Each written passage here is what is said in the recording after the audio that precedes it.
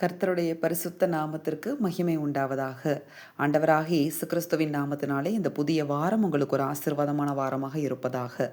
இந்த வாரத்தில் கூட மணவாட்டியை ஆயத்தப்படு அப்படிங்கிற இந்த எபிசோடில் நம்ம ரூத்தை பற்றி தான் பார்த்து கொண்டு இருக்கிறோம்.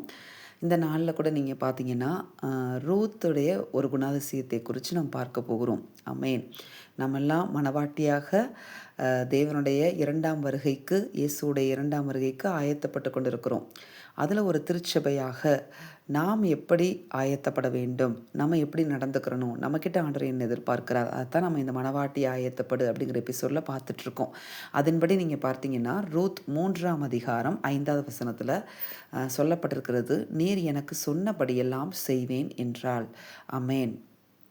பாருங்களேன், ரூத் வந்துட்டு நகோமி கிட்ட வந்துட்டு சொல்கிறாங்க, நீர் எனக்கு சொன்னபடியெல்லாம் நான் என்ன செய்வேன் அப்படின்னு சொல்லி ரூத் வந்து நகோமி கிட்ட சொல்கிறாங்க.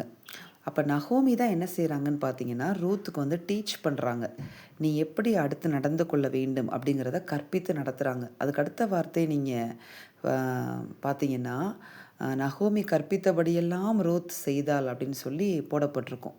அப்போ நகோமி கற்பிக்கிறாங்க எப்படி நடந்து கொள்ள வேண்டும் என்பதை, ஏன்னா ரூத்துக்கு தெரியலை. அதே போல தான் இன்றைக்கு மணவாட்டியாகிய திருச்சபையாக இருக்கிற நம்மளுக்கு எப்படி நடந்து கொள்ள வேண்டும் என்பது, அதாவது போவாச கிட்டி சேருகிறதற்கு எப்படி நடந்து கொள்ளணும் அப்படிங்கிறது ரூத்துக்கு தெரியலை.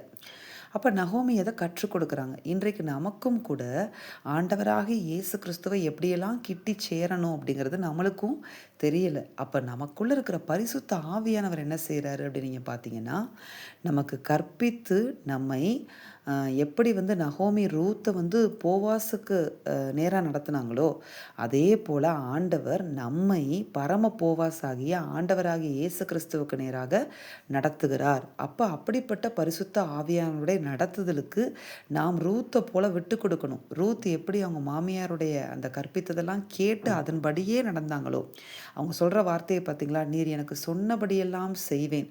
இந்த வார்த்தையை நம்ம பரிசுத்த ஆவியானவருக்கு சொல்லணும்.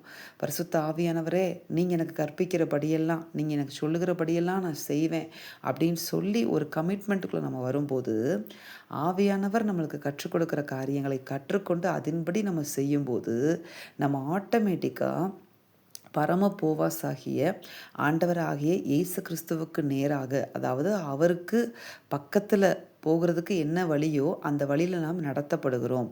ரூத் அப்படி தான் நடத்தப்பட்டாங்க. ரூத்துடைய புத்தகத்துடைய முடிவு என்ன, மாமியாருடைய கற்பித்தபடியெல்லாம் செய்து போவாசுடைய பாதத்தண்டையில் போய் படுத்துக்கொள்வாங்க.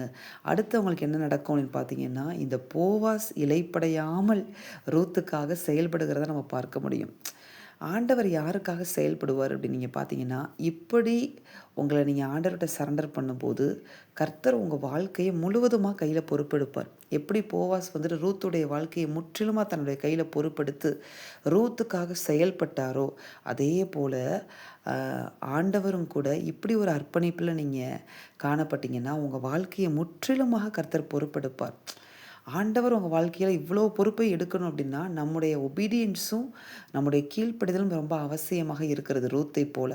அதனால் ரூத் வந்து ஒரு மணவாட்டியாகிய திருச்சபைக்கு அடையாளமாக இருக்கிறாங்க, இன்றைக்கி நமக்கு அடையாளமாக இருக்கிறாங்க. அவங்கள வச்சு தான் ஆண்டவர் நம்மளுக்கு இன்றைக்கி பேசுகிறார். அதன்படி நம்ம பரிசுத்த ஆவியனுடைய சத்தத்துக்கு நம்ம கீழ்ப்படிந்து அவர் கற்பித்தபடியெல்லாம் நம்ம செய்வோமானால் பரம போவாசாகிய ஆண்டவராகிய இயேசு கிறிஸ்துவுக்கு நேராக நாம் நடத்தப்படுவோம். அப்பொழுது அவர் நம்முடைய வாழ்க்கையை முற்றிலுமாக கைகளில் பொறுப்பெடுத்து நம்ம வாழ்க்கையில் அவருடைய திருவுள அவருடைய சித்தத்தை நிறைவேற்றி அவருடைய நாமத்தை மகிமைப்படுத்துவார். ஆமென்.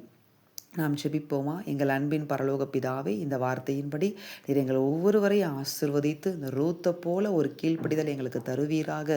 பரிசுத்த ஆவியானவர் எங்களுக்கு கற்பிக்கிறபடியெல்லாம் சொல்லுகிறபடியெல்லாம் நாங்கள் நடக்கக்கூடிய அந்த கீழ்ப்படிதலை எங்களுக்கு கொடுத்து ஆண்டவரே எங்கள் வாழ்க்கையை முற்றிலுமாக நீர் பொறுப்பெடுத்து ஆளுகை செய்து உம்முடைய திருவுள சித்தத்தை எங்களுடைய ஒவ்வொருவருடைய வாழ்க்கையிலும் நிறைவேற்றுவீராக.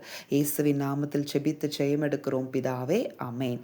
இந்த வார்த்தையின்படி இந்த வாரத்தில் தேவன் உங்களை ஆசிர்வதித்து தேவனுடைய வருகைக்கு ஆயத்தப்படுத்துவாராக. ஆமென்.